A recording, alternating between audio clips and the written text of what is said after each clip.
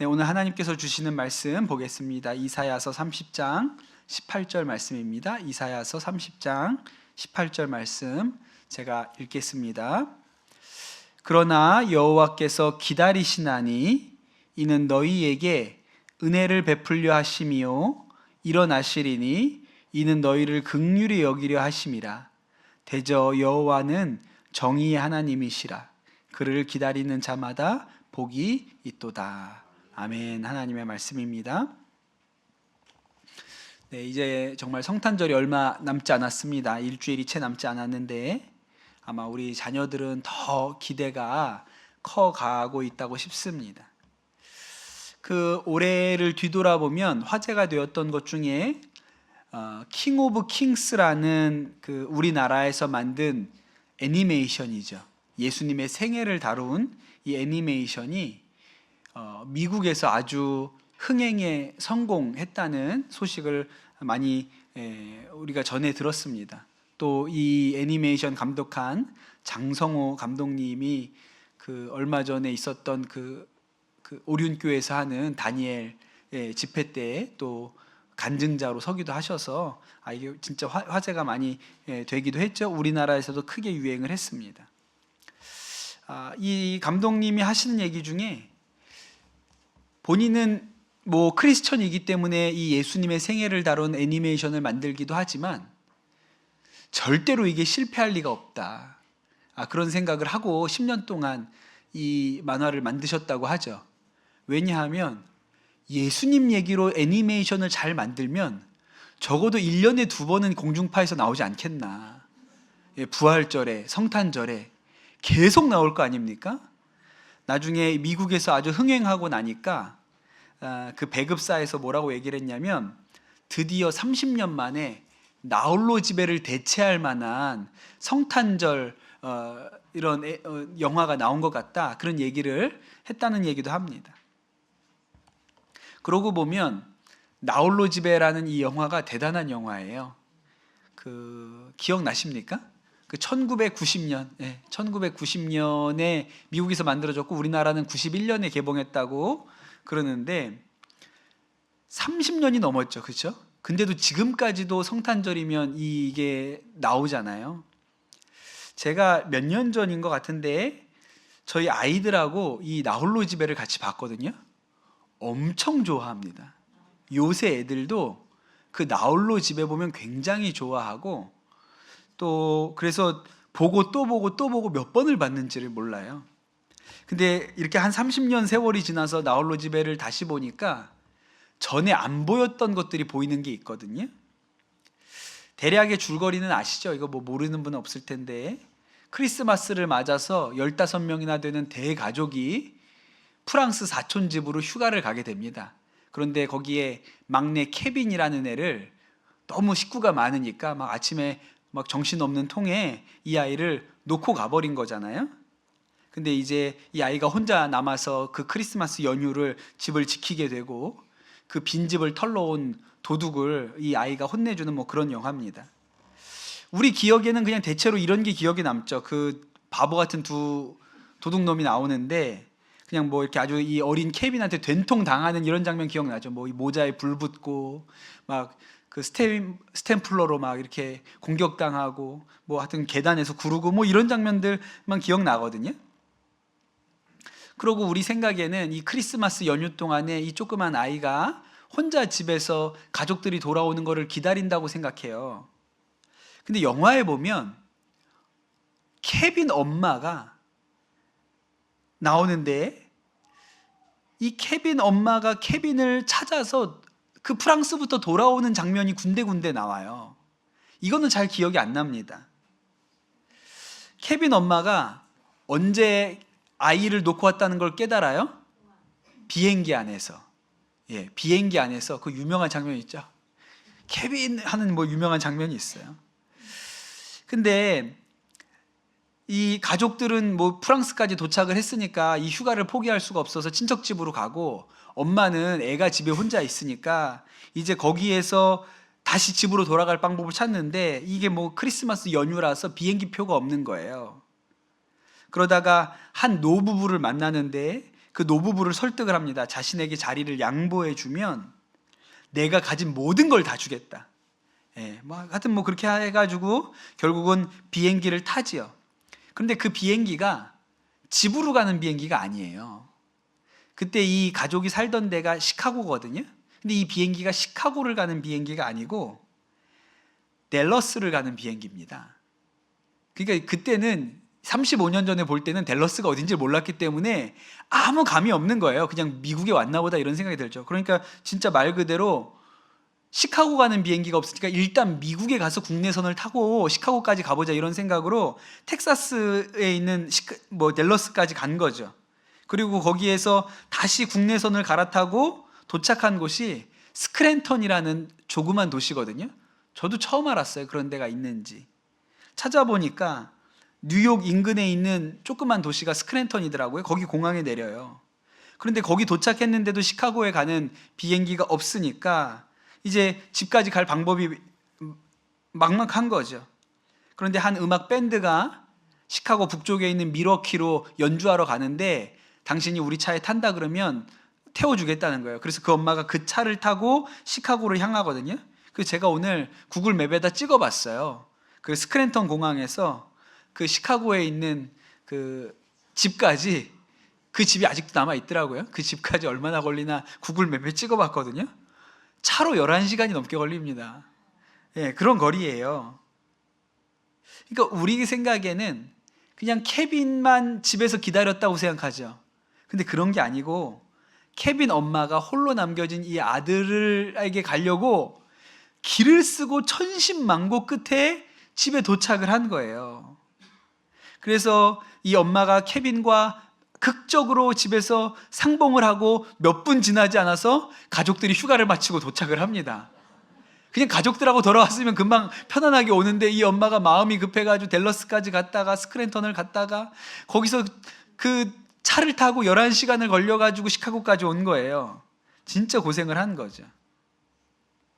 우리가 이 대림절에 기다림이라는 주제를 가지고 하나님의 말씀을 나누고 있는데 첫 주에 기다릴 약속이 있는 사람이 복된 사람이라고 말씀을 드렸고 지난주에 기다림이 하나님의 훈련소라고 말씀드렸어요. 하나님께서 이 기다림의 훈련소에서 우리의 인내를 빚어내십니다. 왜 그렇게 인내가 중요한가? 인내 안에 믿음과 소망과 사랑이 다 있다고 그렇게 말씀을 드렸죠. 그래서 늘 우리는 어떻게 생각하냐면 우리가 기다리는 사람이라고 생각해요. 우리가 하나님의 때를 기다리고 기름을 준비한 열 처녀처럼 주님이 오실 날을 기다리고 또 우리에게 하나님께서 기도 응답해 주실 일을 우리가 기다린다고 생각합니다. 그런데 여러분, 오늘 우리가 이 말씀을 통해서 깨달아야 되는 것이 무엇이냐면 하나님도 기다리고 계시다는 거예요. 우리만 기다리는 것이 아니고 하나님도 기다리고 계세요. 케빈만 엄마를 기다리는 게 아니고 엄마도 케빈을 만나러 가려고 갖은 고생을 하면서 집으로 돌아가고 있다는 것을 알아야 합니다. 하나님의 성품 중에 사랑도 있고 긍휼도 있고 거룩도 있고 다 중요한데 그 하나님의 성품 중에 또 뭐가 있습니까? 인내가 있어요. 하나님도 인내하시는 분이시거든요. 베드로후서에 아주 유명한 말씀이 있습니다. 베드로후서 3장 8절에서 9절에 사랑하는 자들아, 주께는 하루가 천년 같고 천년이 하루 같다는 이 한 가지를 잊지 말라. 주의 약속은 어떤 이들이 더디다고 생각하는 것 같이 더딘 것이 아니라 오직 주께서는 너희에 대하여 오래 참으사 아무도 멸망하지 아니하고 다 회개하기에 이르기를 원하시느니라 그랬습니다. 그 베드로 사도가 이제 순교하기 직전에 쓴 것이 베드로 후서인데 그때쯤 되면 이제 교회가 박해를 받으니까 사람들 마음에 왜 예수님 빨리 안 오실까? 예수님 빨리 오셔야 우리가 이 고난에서 이 고통에서 벗어날 텐데 이렇게 생각을 하는 거예요. 그런데 베드로 사도가 뭐라고 이야기하냐면 하나님이 왜 더디 오시는가? 하나님의 약속이 왜 빨리 이루어지지 않는가? 한 사람이더라도 더 구원하시기 위해서 하나님이 기다리고 계신다는 거예요. 오래 참고 계신다 그랬습니다. 이것이 하나님의 성품이에요.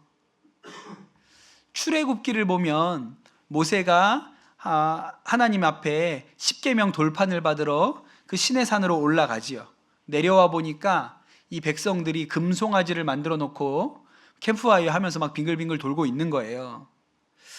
모세가 화가 나서 이 십계명 돌판을 던져버립니다. 그래서 그 십계명 돌판이 박살이 나죠. 그런데 하나님께서 모세에게 다시 시내 산으로 올라오라. 내가 너에게 새로 돌판을 새겨주겠다. 그래서 이 깨진 돌판을 대신해서 하나님이 하나 더 만들어 주시려고 모세를 시내산으로 불러 올리시거든요. 그때 하나님께서 모세한테 내가 어떤 하나님인지, 이 백성이 나를 아직 잘 알지 못하는구나, 내가 어떤 하나님인지에 대해서 모세한테 얘기해 주시는데, 출애굽기 34장 6절에 이렇게 얘기하세요. 자비롭고 은혜롭고 노하기를 더디하고 인자와 진실이 많은 하나님이다. 그렇게 하나님이 자신의 성품을 가르쳐 주시거든요. 여러분, 하나님이 어떤 하나님이세요? 노하기를 더디하시는 분이세요. 우리가 출애굽기 읽어보면요, 자주 노하시는 하나님 같은 생각이 들거든요. 근데 하나님이 본인에 대해서 뭐라고 얘기하냐면 나는 노하기를 더디하는 하나님이다, 이렇게 얘기를 하세요. 그리고 이후로도 시편이나 여러 성경에서 하나님에 대해서 표현할 때 뭐라고 얘기합니까? 노하기를 더디하시는 하나님이라고 얘기하세요. 하나님의 성품 중에 인내라는 성품이 있습니다. 여러분, 믿음의 조상 아브라함이 있지요. 아브라함이 하나님의 약속을 붙들고 끝까지 기다려서 100세의 아들 이삭을 보잖아요. 그래서 우리는 이 아브라함이 약속을 기다리는 사람, 믿음의 조상이라고 생각합니다. 근데 여러분, 가만히 생각해 보세요. 하나님도 아브라함을 기다렸어요. 아브라함이 어떤 사람인지 아십니까? 아브라함이 처음에 하나님의 음성을 듣고 그가 본토 친척 아비집을 떠나지요. 그래서 하나님이 지시하신 가나안 땅으로 갑니다. 그런데 그 가나안 땅에 와가지고 보니까 가뭄이 든 거예요. 덜컥 겁이 나요.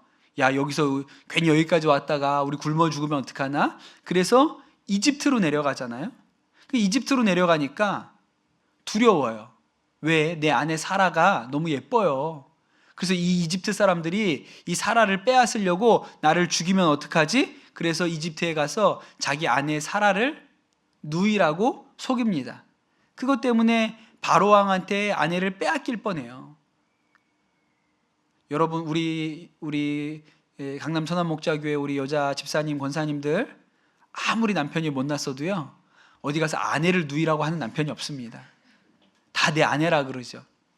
근데 아브라함이 그랬다는 거예요. 그런데 하나님이 아브라함이 이렇게 어리석은데도 불구하고 이 일로 아브라함을 책망하지 않으셨어요. 여러분, 이렇게 큰 잘못을 했는데 하나님이 책망하지 아니하시고 은혜를 베푸시잖아요? 그럼 정신 차려야 돼요. 근데 아브라함이 어떻게 해요? 그 다음에 또 그랄이라는 곳으로 옮겨가서 삽니다. 또 거기 가서 안 살아본 데 가서 사니까 또 겁이 나는 거예요. 또 그래서 그랄에 가서 아내 사라를 누이라고 또 속입니다. 그래가지고 이번에는 그랄 왕 아비멜렉이 이 사라를 데리고 가요. 여러분, 한 번 해야지. 사람이 한 번 해야지. 우리가 한 번은 참는데 2번 참는 건 어렵잖아요. 그런데도 하나님이 이 아브라함을 책망하지 않으세요. 기다려주세요. 하나님이 아브라함한테 약속을 주셨습니다. 너의 자손이 하늘의 별처럼 땅의 모래처럼 많아지겠다라고 약속을 해주셨는데 아브라함이 자식이 없습니다. 하나님이 내가 너를 위하여 준비한 상이 크다 그랬더니 아브라함이 뭐라 그래요? 상 주셔봐야 물려줄 자손이 없습니다. 저한테 상 주셔봐야 저 다메섹 종 엘리에셀밖에는 제 후사가 없습니다. 그렇게 얘기를 합니다. 하나님이 아니다. 내 몸에서 날 자라야 내 후사가 될 것이다. 그렇게 얘기하죠. 그런데도 사라가 아기를 못 갖는 거예요. 그래서 아브라함이 어떡합니까? 사라의 몸종이었던 하갈을 통해서 아들을 보죠. 이스마엘이잖아요. 그 일 때문에 이슬람교가 생겨가지고 아직도 우리가 이런 어려운 일들을 지금도 겪고 있는 거예요. 그런데 하나님이 그것도 여전히 품어내시죠. 이스마엘에게도 복을 주십니다. 그리고 나서 아브라함이 100세에 이삭을 얻은 거예요. 그러니 여러분, 아브라함이 하나님의 약속을 붙들고 100세의 이삭을 얻은 것도 믿음이에요. 그것도 그 오랜 세월을 기다려 하나님의 이루시는 것을 본 것이죠. 그런데 하나님도 아브라함이 사람 되게 하려고 기다리셨어요. 그를 믿음의 사람이 되게 하려고 하나님도 참고 인내하고 기다리셨습니다. 아브라함만 그럴까요? 야곱은 더해요. 세상의 야곱은 얼마나 얍삽한지 모릅니다. 거짓말쟁이에요. 그래서 고생 많이 하죠.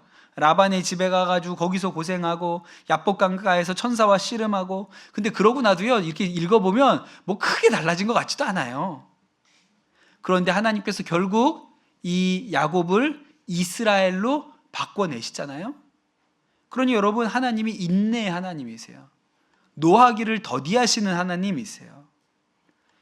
여러분, 우리도 마찬가지입니다. 하나님의 인내가, 하나님의 기다리심이 우리를 만들어 가고 있다는 것을 알아야 돼요. 제가 강화도에서 군목할 때 그때 처음으로 그 군인교회 우리 가족들하고 제자 훈련을 했거든요. 그때 우리 젊은 여자 집사님들이 여러 분 계셨어요. 그 집사님들하고 제자 훈련을 했는데 제자 훈련을 은혜롭게 다 끝났습니다. 그런데 이제 제자 훈련이 끝나면 우리가 보통 이제 새 가족을 양육하는 양육자로 바나바로 섬기도록 이렇게 하잖아요. 근데 군인교회다 보니까 이렇게 양육할 만한 새 가족이 없어요. 그래서 제가 제자 훈련 끝나면서 뭐라고 말씀드렸냐면, 주변에 예수 안 믿는 분들한테 가서 나한테 10번만 시간 줘. 내가 올게. 10번 너무 많은 것 같으면 2개씩 합쳐가지고 5번만 시간 줘. 그래가지고 이 안 믿는 사람들한테 당신은 행복하십니까를 가지고 양육을 한번 해보시라, 전도를 한번 해보시라, 그렇게 권면을 했는데, 그 중에 한 여자 집사님이 그 친구한테 이걸 한번 해봐야겠다 이런 생각이 드셔서 강화도에 살고 계셨는데 구리에 사는 친구를 찾아가서 5번을 찾아가가지고 양육을 한다고 한 거예요. 근데 첫날 가가지고 이 친구한테 양육을 하고 나서 저한테 메시지를 보내셨는데, 친구가 양육 시작하고 잘 따라서 읽고 따라하고 영접 기도까지 따라 했는데, 영접 기도 끝나고 나서 눈을 말똥말똥 뜨고서 나한테 하는 얘기가, 근데 나 예수님 믿는 건 아니야, 네가 시켜서 한 거야, 그러더라는 거예요. 그러면서 너무 맥 빠진다고, 아니 이렇게 나는 내가 이렇게 구리까지 가가지고 이렇게 양육을 하면 굉장히 이렇게 막 눈물 콧물 흘리면서 예수님 영접하는 막 이런 극적인 변화가 일어날 줄 알았는데 그런 게 없으니까 너무 맥이 빠진다고, 이걸 다음 주에 또 가서 해도 될까? 그런 생각이 들어서 저한테 얘기를 하신 거예요. 제가 그 얘기를 듣고, 아이고 너무 애쓰셨는데 진짜 맥이 빠지셨겠다고 그렇게 위로를 해드리고, 근데 가만 생각해 보면 우리를 이 믿음의 자리에 세우려고 옆에서 도와줬던 사람들 중에도 얼마나 그렇게 맥 빠지는 사람이 많았고, 예수님도 얼마나 우리를 많이 기다려 주셔서 인내해 주셨기 때문에 우리가 이 자리에, 이 믿음의 자리까지 선 게 아니냐. 집사님 포기하지 마시고 더 해보시라, 그렇게 얘기를 했어요. 나중에 또 다시 전화가 왔는데 양육을 끝내셨다는 거예요. 그러면서 진짜 자기가 그 생각을 했다는 거예요. 야, 내가 군인교회에 나와서 처음 예수 믿었는데 그때 그냥 끌려온 거죠. 우리 상급자, 계급 높은 사모님이 교회 나오라고 하니까 억지로 끌려 나와서, 은혜도 안 되는데 그냥 예배당에 억지로 앉아 있고 그냥 늘 오기 싫은 거 억지로 오는 표정으로 하는 거를 그 사모님이 다 보고 참고, 아유 고맙다, 잘 온다, 이렇게 둥 두들겨 주고, 그러면서 자기가 믿음이 생겼다는 생각이 드신 거예요. 그러니까 야, 하나님도 얼마나 나 때문에 맥 빠지는 일이 많았을까, 김새는 일이 많았을까. 그 생각을 하니까 자기 마음이, 야, 내가 이거 가지고 실망하면 안 되겠다, 그런 생각이 드셨다는 거예요. 그렇게 해서 양육을 끝까지 다 하셨는데 그분이 정말 예수님 믿고 교회 나가겠다고 그렇게 약속까지 하셨다고 그런 얘기를 하세요. 여러분, 우리가 다른 사람, 다른 영혼을 놓고 그 영혼을 섬겨보잖아요. 그럼 하나님이 얼마나 나를 참고 기다리셨는지를 알게 됩니다. 그래서 제자 훈련을 우리끼리 모여서 하는 걸로 끝내지 않고 끝나고 나서 누군가를 양육해 보라고 하는 거예요. 그렇게 해보면, 야, 나도 이랬었지, 나도 믿음이 없을 때 이랬었지, 야, 하나님이 참 오랜 시간을 나를 참아주시고 인내해 주시고 기다려 주셨구나 라고 깨닫게 되는 것이죠. 여러분, 오늘 우리가 읽은 말씀 이사야서 30장 18절에 보면 이렇게 얘기합니다. 여호와께서 기다리시나니 그랬어요. 우리가 하나님 기다리는 줄 알았는데 하나님이 우리를 기다리신다고 얘기하는 거예요. 근데 하나님이 왜 우리를 기다리시나? 너희에게 은혜를 베풀려 하시며 일어나시리니 이는 너희를 긍휼히 여기려 하심이라.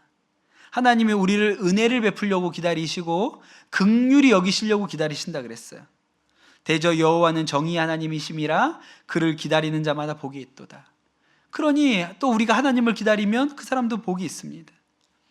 이 말씀이 히스기야 왕 시절의 이야기인데, 히스기야 왕 시절에 아수르의 대군이 남유다를 쳐들어옵니다.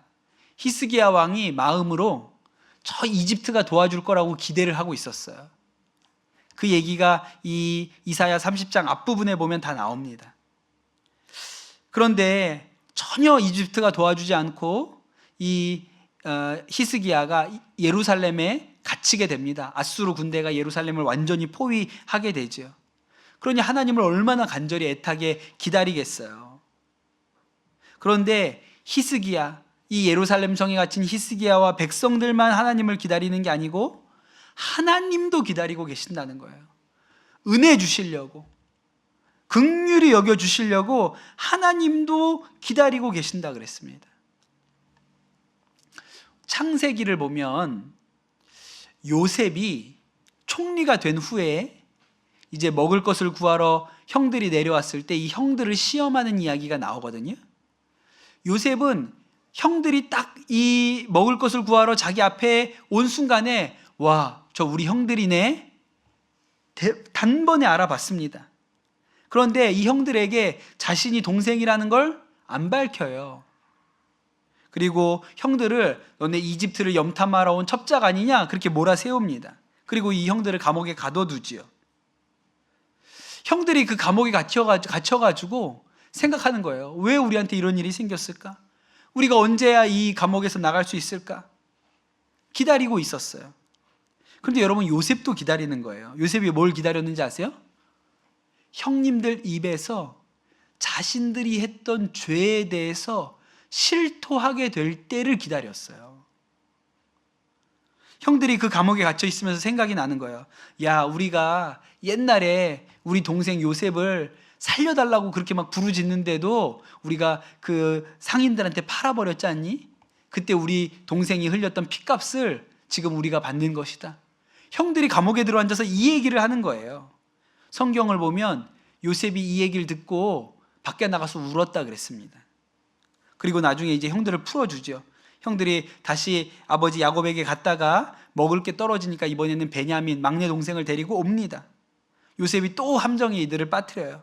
그리고 이제 베냐민을 볼모로 잡겠다고 하니까 형제 중에 유다가 나서서 우리 아버지가 늙음하게 얻은 아들이 이 베냐민인데 이 베냐민의 형은 벌써 이미 죽었고 이 아이 하나만 남아서 아버지가 이 아이 하나만 기쁨으로 생각하시는데 이 아이마저 빼앗기면 우리 아버지가 도저히 살아계시지 못할 것 같다. 그러니 나를 붙들어 두시고 이 베냐민은 돌려보내라. 그렇게 유다가 이 요셉 앞에서 간청을 하지요.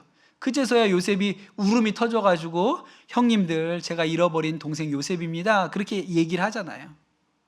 요셉이 왜 처음부터 자신이 동생이라고 밝히지 않았습니까? 형들에게 시간이 필요해요. 회개할 시간이 필요해요.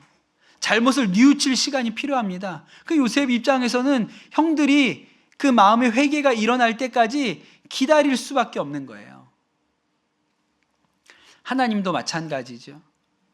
우리에게 무엇이 필요한지, 어떻게 되어야 좋은 것인지 왜 모르시겠습니까? 그런데 여러분, 아무 때나 은혜를 주실 수가 없는 거예요. 아무 때나 우리에게 선물을 주실 수가 없어요.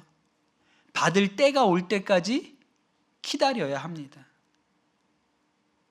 저희 둘째가 계속 스마트폰 사달라 그러거든요. 때가 되면 사준다. 때가 되면. 너도 때가 되면. 얘는 기다리고 있어요. 근데 저도 기다리고 있어요. 때가 될 때를. 저도 기다리고 있어요. 여러분, 받을 그릇이 안 되면 하나님이 주고 싶어도 못 주십니다. 그래서 하나님도 기다리고 계신 거예요.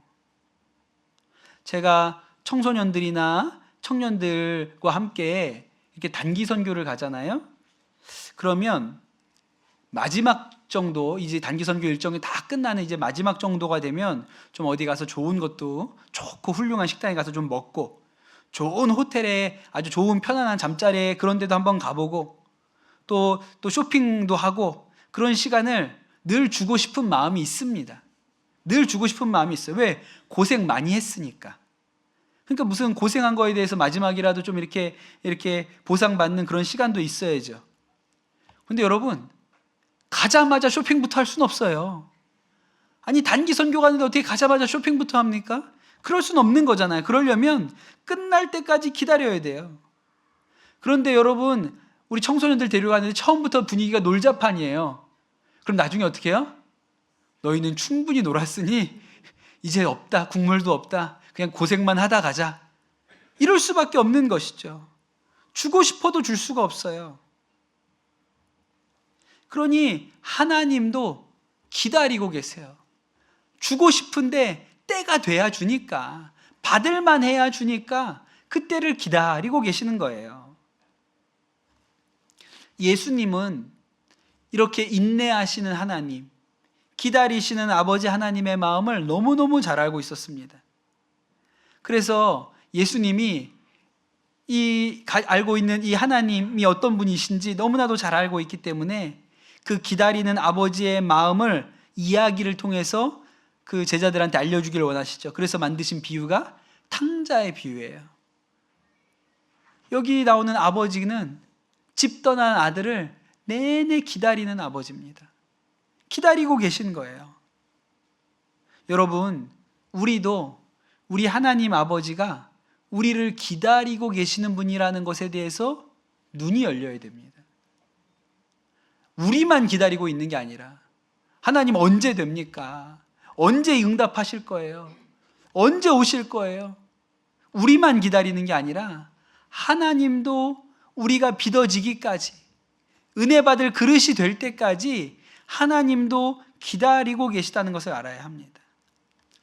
제가 추수감사절에 말씀 나누면서 차인표 씨가 했던 간증을 인용해서 말씀을 드렸죠. 이 차인표 씨가 모태신앙이에요. 교회 열심히 다녔습니다. 그런데 사람들이 내가 이런 하나님의 음성을 들었어, 나는 이런 하나님의 음성을 들었어, 그러는데 솔직히 정직하게 본인은 그런 거 들어본 적 없어요. 그래서 진짜 한번 제대로 그런 음성도 한번 들어보고 예수님 제대로 만나고 싶은 마음의 소원과 열망이 있었다 그랬습니다. 그래서 예수님의 생애를 다룬 뮤지컬에 4년 동안 예수님 역할로 출연도 했어요.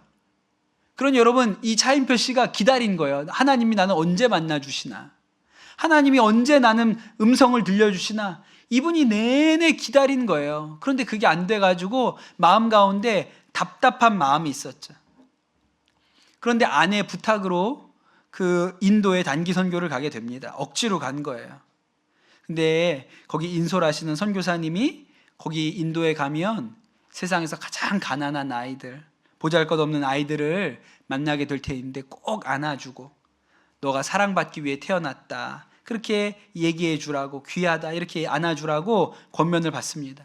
그리고 그 교회에 도착해서 그 아이들이 다 모여서 기다리고 있는데 첫 번째 아이를 이렇게 안아주는데 그때 하나님이 말씀하셨다 그랬어요. 뭐라고 말씀하셨을까요? 인표야, 잘 왔다.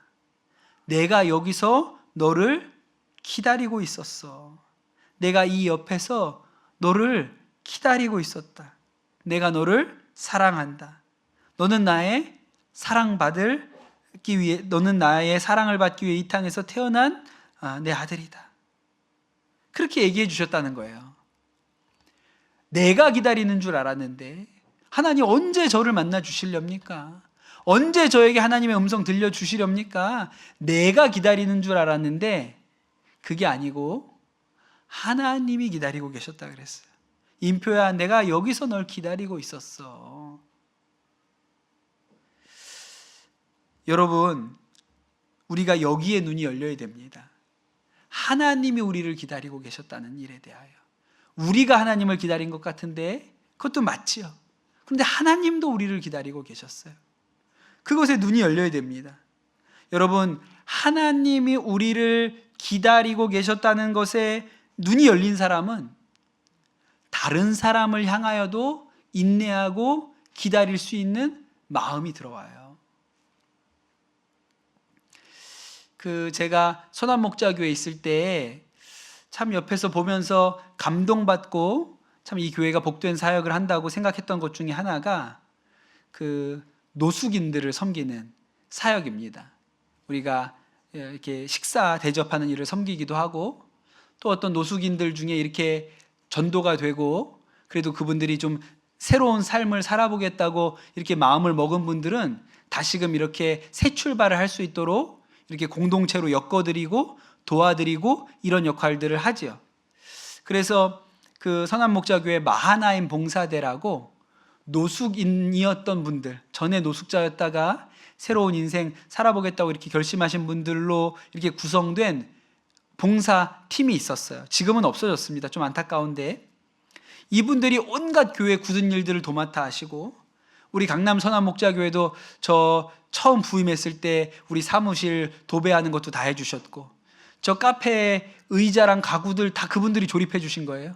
우리 교회도 와서 우리 저기 사무실에 가면 LED 형광등도 다 그분들이 갈아주시고, 우리도 도움을 많이 받았거든요. 우리 교회 뭐 어려울 때마다, 사람 없을 때, 일손 없을 때마다 와서 많이 도와주셨어요. 너무 복된 분들이고 참 귀해요. 그런데 이분들이 이렇게 노숙인으로 살다가 다시금 새 인생 살아보겠다고 이렇게 공동체로 살고 열심히 하시다가도 그냥 어느 날 좀 마음이 괴롭고 힘들어서 술 한잔 들어가잖아요. 그럼 원점으로 돌아가시옵니다. 또 그냥 원점으로 그냥 술 한잔 들어가면 다시 처음으로 돌아가시오예요. 그래가지고 그 공동체 생활 몇 년을 잘하다가도 한순간에 꼬꾸라져가지고 다시 안 들어오고, 또 막 이 공동체에 들어와가지고 술 먹고 들어와가지고 행패 부리고, 또 다시 노숙인으로 돌아가고, 그러다가 또 죄송합니다 자기 발로 걸어 들어오고, 이런 일들이 비일비재해요. 그 중에 단 한 명도 한 번에 선 사람이 없습니다. 그러니 어떤 때 보면 무슨 생각이 드냐면, 야, 지독하게 안 되는구나. 야, 사람이 진짜 안 바뀌는구나. 이런 생각이 들 때도 있어요. 저 같은 사람은 그런 걸 잘 못 봐요. 우리는 한 번은 참아도 두 번은 못 참거든요. 그게 우리 성정이에요. 이게 뭐 평생을 그냥 모범생처럼 그냥 살아가지고 이게 뭐가 안 되면 금방 낙심하고 좌절이 되고, 아, 저 사람들 안 돼, 저 사람들 안 돼. 이렇게 하는 게 우리 마음이거든요. 그러니까 이 노숙자분들을 돕고 섬기는 우리 봉사자 하시는 분들 보면 좀 뭐가 달라요. 이분들이 잘 낙심하지 않고 잘 포기하지 않고 그렇게 또 집 떠났다 또 들어와도 또 받아주고 또 참아주고 그렇게 하세요.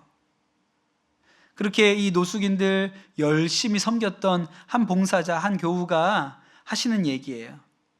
이분이 간증문을, 자신의 간증을 그 교회 게시판에 올렸는데 제가 읽어드리겠습니다.